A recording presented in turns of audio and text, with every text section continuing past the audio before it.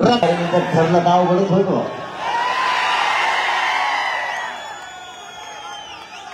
आई डोक्यात माया आधी तर येते का धोरणाला बघू. आपलं कसं काम आहे संयमी म्हणून आंदोलन टिकलं आणि मराठ्यांची शान त्यामुळे वाढली. कारण मला मराठ्यांची शान नाही जाऊ द्यायची. तुमची शान कधीच जाऊ देणार नाही म्हणून संयमाने चाललंय आपलं. नाही तर काल तुमच्या सोलापुरात एक जण बोलला होता नुसते बोर्ड माणसच नाही. जर माझ्या मनात असतं मी जर वेगळ्या दिमागाचा असतो तर मी म्हणलं असतं याला धाराशिवच्या बाहेर जाऊनच देऊ नका म्हणलं असतं का नाही. आपण संयमी आपलं कसं आहे आपला दम्माने असताना एकदा मागं लागलं ना मग तुमच्या बार्शीच्या आमदाराला माहिती मी काय करतो. आमच्या बदनापूरच्या बी माहिती मी काय करतो. माग लागलो अरे मग सुट्टीत नाही आपल्यापेक्षा. मग ते कोणाचा असो ते राष्ट्रवादी असो शिवसेना असो ना तिकडे भाजप असो ना तिकडे काही असो आपला बाप मराठा समाज. ते पक्ष तिकडे येतात माहिती तिकडे जातात त्यांच्याकडे आता 3-3 आता तिकीट द्यायचं एकाला द्यावं लागेल ना. पाऊस लागा लागला का. अरे काही जण पावसात कशासाठी भिजत येत निवडून यासाठी आपण जातीसाठी भिजू.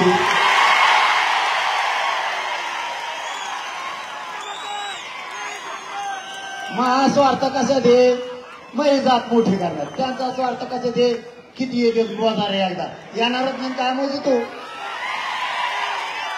पावसात झोपीच नाही तर उन्हात झोप.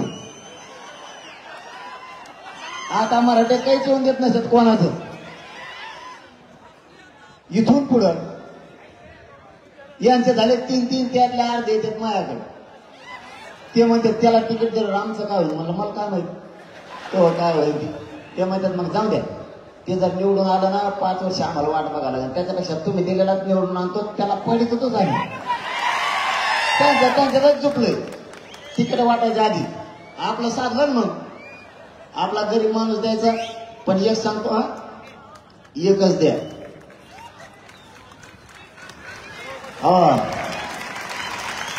एकच द्या. आपल्या एका गाडीत 8 उमेदवार आहेत. एका गाडीत 8 फक्त ड्रायव्हर आणि चला चला बसा गाडीत म्हणणारे हे 2च नाहीत फक्त उमेदवार. नाही तर सगळे गाडीतले उमेदवार आहेत. कारण माझ्याकडे एक जण आलता तो म्हणला एवढे बार माझ्यावर ध्यान ठेवा मी पक्का निवडून येणार. म्हणला आमचं 29 तारखेला ठरणार आहे बाबा नंतर सांगू. ठीक आहे म्हणला. ते गेलं नुसतं गाडीत बसलं. 2-4 जण माघारी आले. ते म्हणले मग आम्ही यापर्यंत ध्यान ठेवा बरं का मी येऊ शकतो. त्याच्याच गाडीतली तेव्हा मला त्याच्या गाडीत उभं आज तुम्ही बसून याचा अर्थ काय त्याच्या मागं नाही मी म्हणजे बघा नमुने मराठीचे एक द्या एक. तुम्हाला जर मराठ्यांची शान वाढवायची असली मराठ्यांची शान जाऊ द्यायची नसली मराठ्यांची शक्ती वाढवायची असली आणि मराठ्यांचे पोर आणि जात जर प्रबळ पॉवरची बनवायची असली तर उमेदवार एक देणे का ताकदीनं निवडून आणा. आणि जर समाजाने एक दिला आणि 2-4-5-6 जण जर इच्छुक असावं नसावं या मताचा मी नाही. इच्छुक 100% असला पाहिजे. पण समाजात जर एक ठरेला त्याच्या बाजूने उभा राहिला पाहिजे. याला म्हणायचं जातवान मराठ्यांसाठी काम करणार. इच्छुक हे मराठा समाजाने समजा एक दिला तरी तो उभा राहिला याचा अर्थ असा होतो तू जातीसाठी लढत नाही तू स्वतःच्या स्वार्थासाठी लढायला लागला. कारण माया भोवतीशी दिलशी उमेदवार कोणी म्हणतो एवढे बार मी लय फिरलो माझ्या संग देण ठेव. आता तुमच्यावर सगळ्यावर देण ठेवतो मग मी काय करू. मला ही भूमिका नाही आवडत. समजून घ्या ही गोरगरिबांची लाट आहे. या लाटीत मराठ्यांना वाटतं आपल्या लेकरात जात मोठी होणार. धनगर बांधवांना वाटतंय गरिबांना आपली जात आणि आपले लेकर मोठे होते. दलित मुस्लिम बांधवांना वाटतं एवढीच संधी गरिबांची लाट आली. 12 बलुतेदारांना वाटतंय मराठ्यांनी फक्त एकमतानं राहा काहीही होऊ शकतं. फक्त विचार ठेवा, एक माणूस दिला सगळ्यांनी त्याच्या पाठीशी उभा राहा. जर दिला तर न तुम्ही म्हणता झालं काय सुरू. 29ला ठरवायचं तुमच्या साक्षीने. सरकार आरक्षण देण्याच्या मनस्थितीत दिसत नाही, फक्त लावालाव्या करण्याच्या मनस्थितीत. माझ्या विरोधात तर इतके उठिले. परदेशी एक झाला, त्याच्या आधी एक होता, एक मावशी,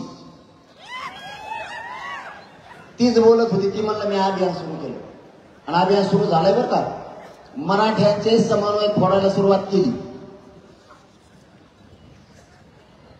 जातीला मातीत मिसळून स्वतःचा संसार मोठे करणारी पैदास फुटायला लागली.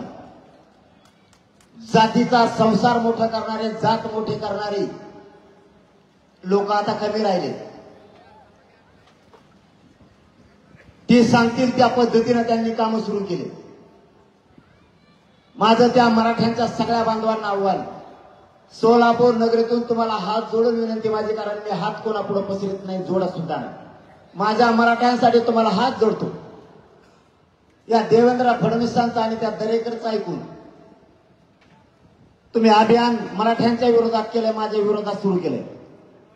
त्याला षडयंत्र आणि सापळा म्हणलं जातं, मला उघडं पाडण्यासाठी. त्याचा ऐकून तुम्ही पत्रकार परिषदा घेऊ नका, आंदोलन करू नका.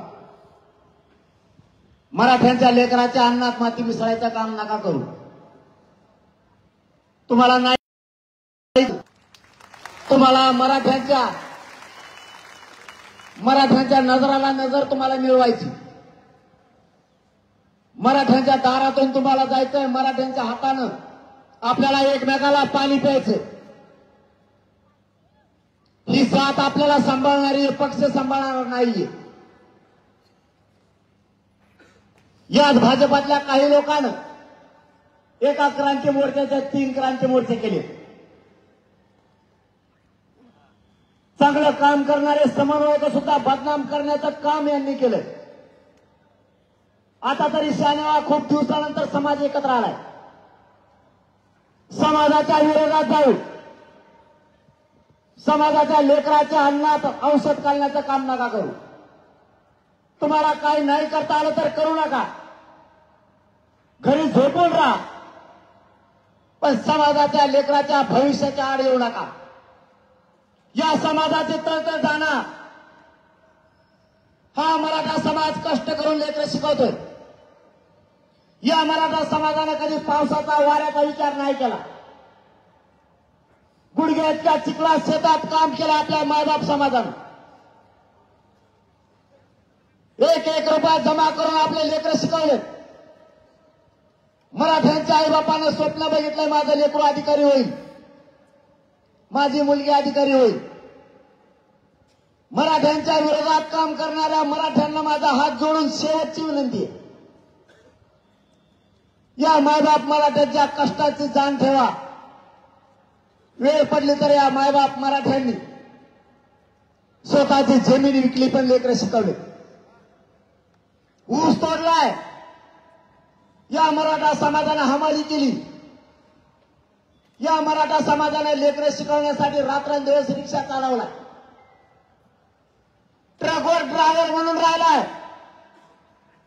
ट्रॅक्टरवरती लोकांचा ड्रायव्हर म्हणून माझा मराठा समाज राहिला, पण मुलं शिकवले. आजही शहराच्या ठिकाणी माझा मराठा समाज वॉचमॅन म्हणून लोकांच्या बंगल्यासमोर काम करतो. आलेल्या पगारातून लेकरं शिकवतोय.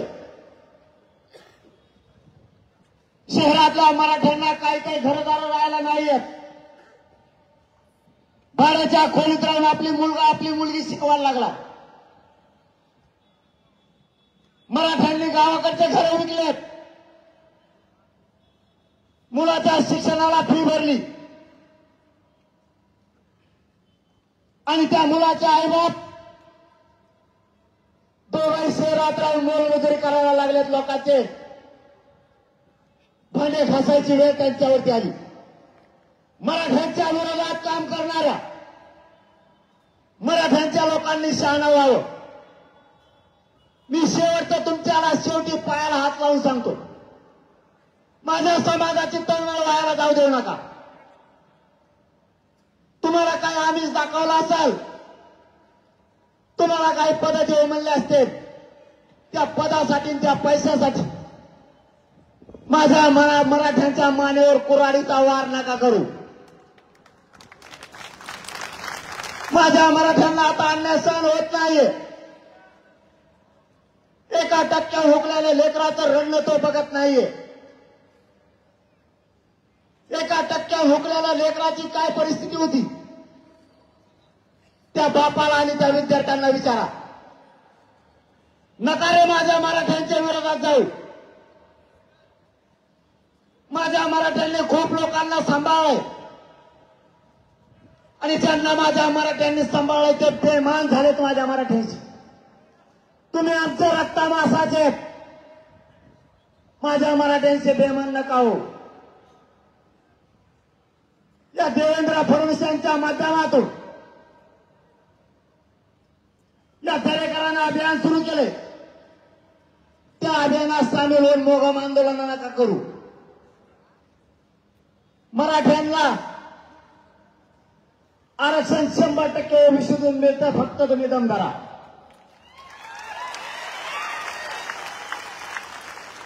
मुंबई जाऊन तुम्हाला जॉब विचारण्याची काही गरज नाही. तुम्हाला यात्रा काढायची सुद्धा काही गरज नाही. मराठ्यात दम आहे प्रत्येकाला जाब विचारण्याची. जर मराठ्यांनी ठरवलं त्यांना जाब विचारायचा तर हा करोडो मराठा समाज मुंबईला जाऊन यांच्या घरात घुसून कचुऱ्याला धरून यांना जाब विचारण्याची ताकद मराठा. तुम्ही फक्त बाकीचे दमधारा बुळबुळ करू नका. तुम्ही मराठ्यांचे असल्यामुळे तुम्हाला मराठी बोलाना, बुळबुळ करू नका. आणि तुम्ही जर नाही ऐकलं तर मग नाविलाजाने मराठ्यांना तुम्हाला कचका दाखवावा लागणार. कारण तुम्ही आमचे जरी असाल, तुम्हाला जर विनंती कळत नसली तर मग नाविलाजाने मराठ्यांना तुम्हाला उच्चार तुमच्यावर करावे लागणार. त्यांनी परत तिसरं अभियान सुरू केलं छगन भुजबळच्या माध्यमातून. ते सगळं येड्या दुन्याचं, सगळ्या दुन्याचं, पागल टकोऱ्याचं त्याला समितीचा अध्यक्ष केलंय. माहीत झालं तुम्हाला? अरे त्याला समितीचा अध्यक्ष केलंय, तुम्हाला माहीत झालं का? नाही. मराठ्यात त्याचं काही माहित नसतं. मराठ्यात देणे घेणं नाही तर तिकडे काही होईल. जेवढे घोटाळे बोगस करता येते त्या बोगस समितीचा राष्ट्रीय अध्यक्ष केला जाईल. घोटाळा कसा करतात हे त्याला माहित असतात. बोगस समितीचा अध्यक्ष, बोगस आरक्षण खाणारा छगन भुजबळ, 16% वरचं बोगस आरक्षण खाणारा छगन भुजबळ. काल परदेशी बी काही बोगस जाती आत घातल्या. आता 2-3 जाती घातल्यात. या 2 दिवसात आपल्याला समिती, आयोग, आपल्याला लिखापडी, अभ्यास, वाचन, तर आरक्षण यांनी काल 2-3 जाती घातल्या. कोणाकोणाला माहिती इमानदारी सांगा बरं. झोपा, नुसतं झोपा, काहीच माहित नाही तुम्हाला. माझ्या डोक्यात दगड घालता का? उभं वाटोळे केलं यांनी. 16% आरक्षण डोळ्यात गेलं आपलं. आताही मराठा आणि कुणबी एक असताना देत नाहीये. मराठा समाज मागास सिद्ध झाला, मागास सिद्ध झाला तरी 50%चं आता आरक्षण नाही दिलं. आत्ता तरी शांत बसा. नुसता पक्षाचा नेता जगवा तुम्ही. त्यालाच मोठं करा. स्वतःचे लेकरं मारून टाका. स्वतःचे लेकरं मोठं करायचं स्वप्नच बघू नका. हे सगळं बोगस आरक्षण खाते. यांनी सगळ्या चोट्या टोळ्या जवळ केल्या. सगळे चोर देवेंद्र फडणवीस जवळ आहेत. बारीक भुरटी चोरी करणारा त्याच्याजवळ, डाका टाकणारा त्याच्याजवळ, चालता चालता रेल्वे रोखणारा त्याच्याजवळ, चालता चालता पाकिट हाणणारा त्याच्याजवळच.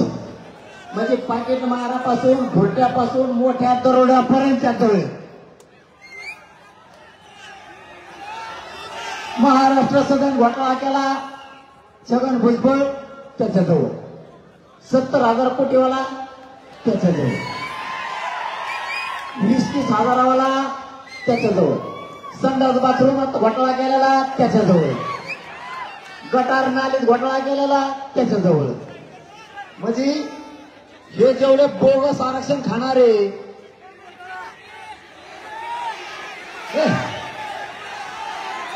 आपण नाही भाऊ कोणाचं नाव घेऊ. आपण टप्प्यात आला की राईट कार्यक्रम करतो. आणि कसल्याचं नाव नाही घेत आपण. ज्याची गिनतीच मराठीचा डायरेक्ट नाही त्याचं नावच मी घेत नाही. त्यांची वळवळ काय असते तर त्याला कळलेली आहे. मराठ्यांच्या नादी लागल्यावर काय होतं म्हणून जरा त्याच्या म्हणत नाही मी कवाच. मराठ्यांच्या नादी लागल्यावर काय होतं बा ही कचका कळालेला आहे सगळ्या. बोगस आरक्षण खाणारे हे आणि या बोगस समितीचा अध्यक्ष त्यो छगन भुजबळ मुकादम टोळे मुकादम त्यो आणि त्यांनी 50 गोळा केले तर ते माझ्याविरोधात बोलत. अरे तुम्ही एक माय बापा एक विचार करा. अरे मी केलंय का इतकं माझ्याविरोधात बोलत तुटून पडले. बरं ते झालं तिसरी टोळी तयार केली. ते आता ढाकू माकू नाही का देऊ दहीहंडी ढाकू मको देऊ एवढा दिसतो बा देऊ एवढाच आहे.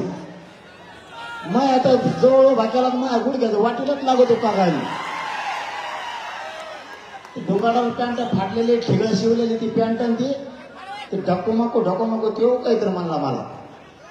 आता जर मुंबईत मराठी आले तर तुम्हाला नाही मुंबई सोडून जावं लागायचं. आणि तुम्ही यांना मुंबईत डांबरेल भेटलं हे काय करते तुमचे. मी म्हणतो एवढी चाळे करायची फडणवीस साहेबांना काही गरजच नाही.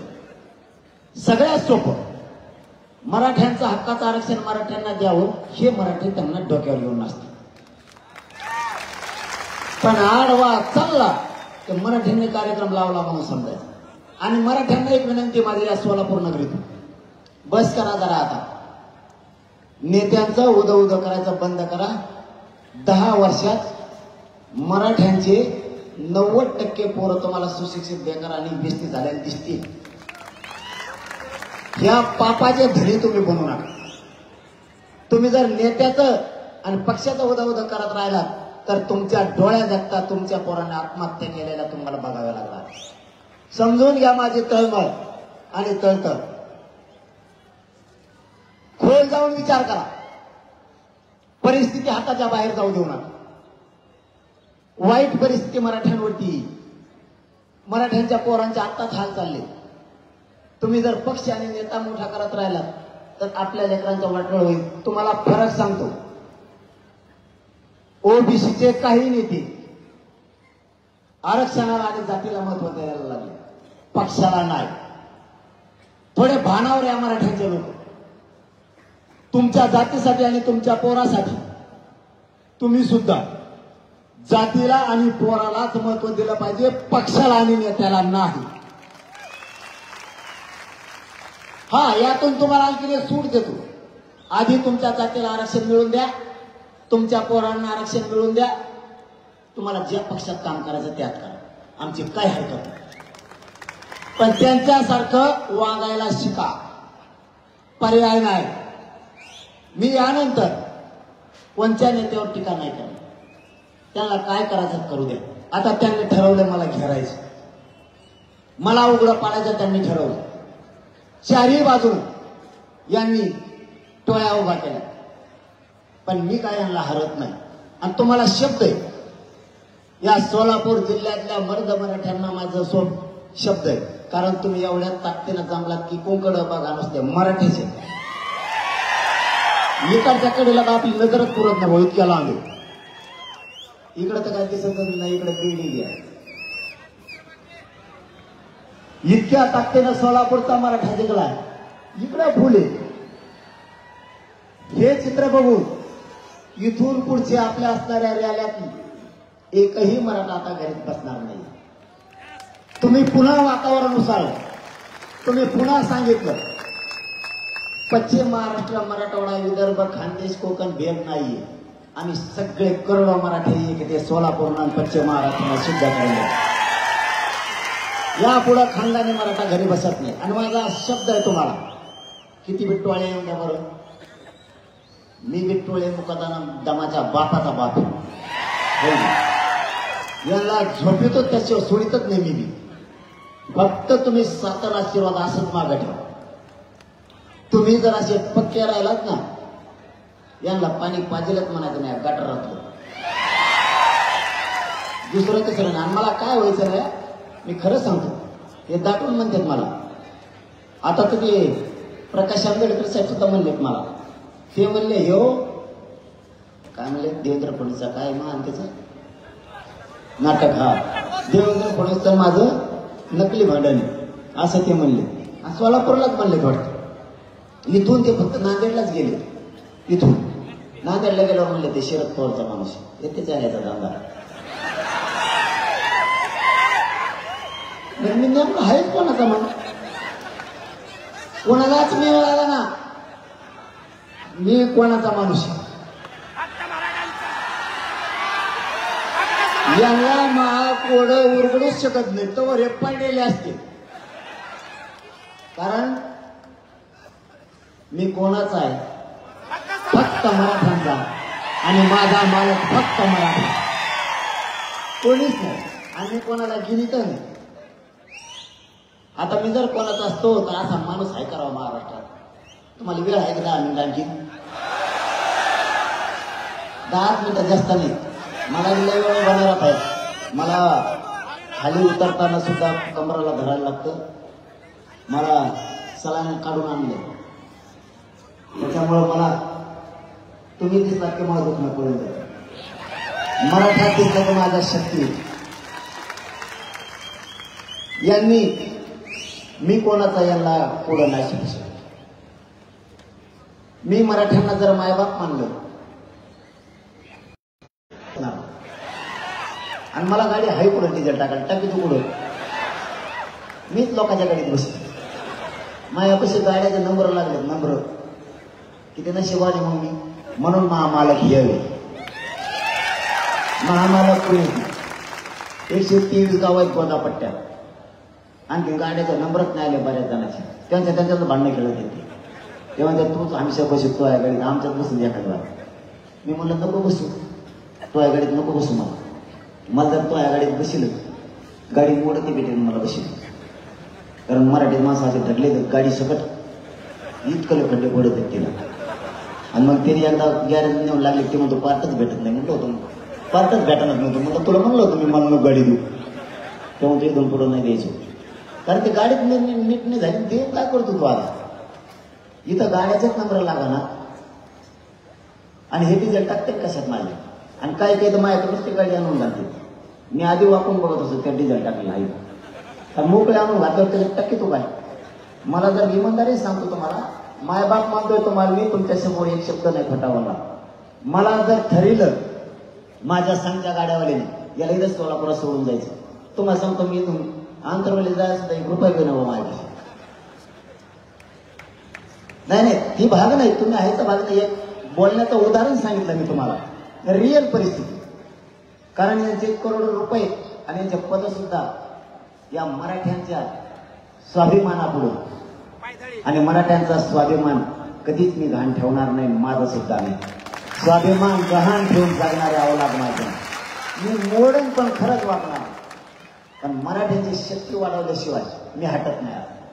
मग यांनी मला उद्या गोळ्या घालू द्या, हसत मरण, पण ओबीसीतून मराठ्याला आरक्षण दिल्याशिवाय सुट्टी देत नाही. मग कोणी बी येऊ द्या, कोणी पण येऊ द्या. मी यांना सगळ्यांनी केलं, फक्त तुम्ही हटू नका, तुम्ही साथ सोडू नका. यांचा बुकटाच करतो मी, त्याची काळजीच करू नका तुम्ही. फक्त सातत्य ठेवा, सतत बाहेर यावं लागणार. आणि या सोलापूर नगरीतून मी जाहीरपणानं आवाहन करतो, जर 29 तारखेला ठरलं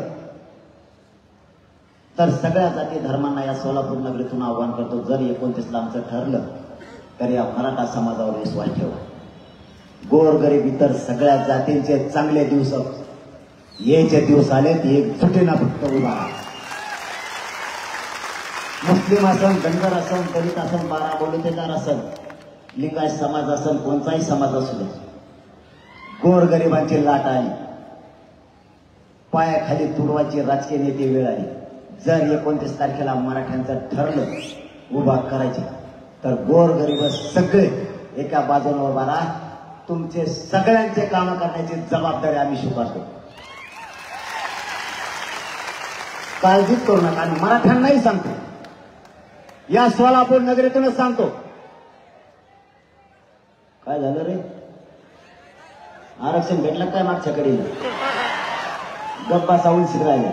मराठ्यांनाही सांगतो, एक उमेदवार दिला तर डोळे झाकून त्याच्या पाठीशी उभा राहा. त्याचं कारण आजच सांगतो, दिला तर जर आपलं ठरलं उभा करायचं तर डोळे झाकून 100% मतदान करायचं. तुमचं आणि त्याचं जर पटत नसलं, त्याच्या तोंडाकडे बघू नका, पण मतदान करा. त्यांनी जर तुमचं काम नाही केलं, तुम्ही त्याला बोलायचं माझ्याकडे यायचं. त्याला फक्त मैच भाषा कळते, मी आहे तुम्हाला, तुम्ही काळजी करू नका. मी कचाकच गोळे लावून काम करून घेतो तुमचं, त्याच्याकडून तुम्ही काळजीच करू नका. फक्त एवढ्या वेळेस एकमेकावर पक्का विश्वास ठेवा. एक माणूस दिला की तोच आपला समजायचा. आपलाच असून अपक्ष दुसरे जर फॉर्म भरले तर ते आपल्या जातीसाठी काम नाही करत, ते कोणत्या तरी पक्षासाठी करत असं समजायचं. त्याच्याकडे ध्यान द्यायचं नाही. दुसरं काम, यावेळेस मराठ्यांनी 100% मतदान करायचं. हे सोलापूर नगरीतूनच सांगायलो मी. जर 29ला ठरलं तर, नाही ठरलं तर पाडायचं. दोन्ही सोपंच आहे आपल्यासाठी, काही अडचण नाही. मी या 15 दिवसात बघतो कशा समीकरण जुळतात. जुळलं तर ठीक, नाही जुळलं तर पाडापाडी. पाडापाडीत दिले माझे. पाडापाडीत कोणालाच झोप येत नाही. त्या दोन्ही तिन्ही उमेदवाराला वाटतं कोण निवडून येईल बुवा आता. ते उमेदवारालाच एकामेकाला करते. तो कसं काय, ते म्हणतो म्हणालो इकडा कोपऱ्यात बेकार यावा, ते म्हणतो मा इकडा कोपरा कोणकडे गेला जाईल. मग म्हणजे इतकी पाडापाडीत भजी ती डेंजर. दुसरं काम करायचं आहे, मराठ्यांनी 100% मतदान करायचं. त्या दिवशी, मतदानाच्या दिवशी नोकरदाराने नोकरीला नाही जायचं. काम करणाऱ्या मराठ्यांनी शेतात नाही जायचं. व्यावसायिक मराठ्यांनी व्यवसाय उघडायचा नाही. वारकरी बांधवांनी त्या दिवशी तीर्थयात्रेवर जायचं नाही. राजकारणी लोक एखाद्या महाराजाला नादी देत, त्याला ट्रॅव्हल देतात आणि आपलं 50-50 मतदान भरून बाहेर येते. आपल्या म्हाताऱ्या माणसाला काही कळत नाही. त्यांना विचारायला असं वाटतं त्याला देव धर्म करून येऊ, कारण आपला भोळा समाज आहे. याच्या पाठीमागं काय डाव आहे आपल्या म्हाताऱ्या माणसाच्या नाही लक्षात येत. त्यांना काय वाटतं, देव दर्शनाला चालेल, चला देव धर्म करून येऊ. ते आल्याने बिचारे भोळे. त्यांना समजून सांगा, आपलं शीत पडावं मराठ्याचा म्हणून त्याला मतदानावर बाहेर घेऊन चालले जत्राला. जायचं नाही. मतदान झाल्यावर 5 वर्ष देव धर्म जमा घरी होत नका. हे पाळायचं. 5वा मुद्दा सांगतोय, आपण आपले गाव चेक करा. बोगस मतदान सगळे बाहेर काढायचे. बोगस मतदानामध्ये ठेवायचं. यांनी दुसऱ्या जिल्ह्यातली इकडे जोडली, इकडे जिल्ह्यातले तिकडे जोडली. बोगस मतदान ठेवायचं ना. 100% मतदान मराठ्यांनी करायचं. कारण हे आपल्याला पाळावं लागणार आहे. आणि 6वं काम करायचं, जर उमेदवार डिक्लेअर झाले, फोनवर सगळे पाहुणे जागे करायचे. जर एखाद्याने नाही ऐकलं, एखाद्याला लई कंड असतो पक्षाचा मराठ्याला, त्याच्या तिथं जावंच नाही बसा. त्याचा जावं उठूनच द्यायचं नाही सासरा फुटल्याशिवाय. हे जातीची शान वाढवण्यासाठी आपल्याला करायचं. यावेळेस प्रचाराला पैसे लागणार नाही. त्यांची मोकळी मजा नाही झाली का? लोक आपल्या तिसऱ्या निवडून आहेत. प्रचार नाही, काही नाही, सभेला लोक नाही. 7वं काम करायचं, मराठ्यांनी कोणाच्या सभेला प्रचाराला जायचं नाही. बंद. मंडप मोकळे पडले पाहिजे. नुसते हलक्या वाजणारे दिसले पाहिजेत फक्त, दुसरे कोणीच नाही. 4-5 येते, जसं आत्ता केलं त्यांनी तसं नाही का. EWS आरक्षण दिलं, हे सांगत राहील आहे का टाईम थोडा. तुम्ही म्हणता थोडा म्हणून यांनी भोगात पडला हो. बघा, EWS यांनी एक नवीन षडयंत्र आणलं. चंद्रकांत दादा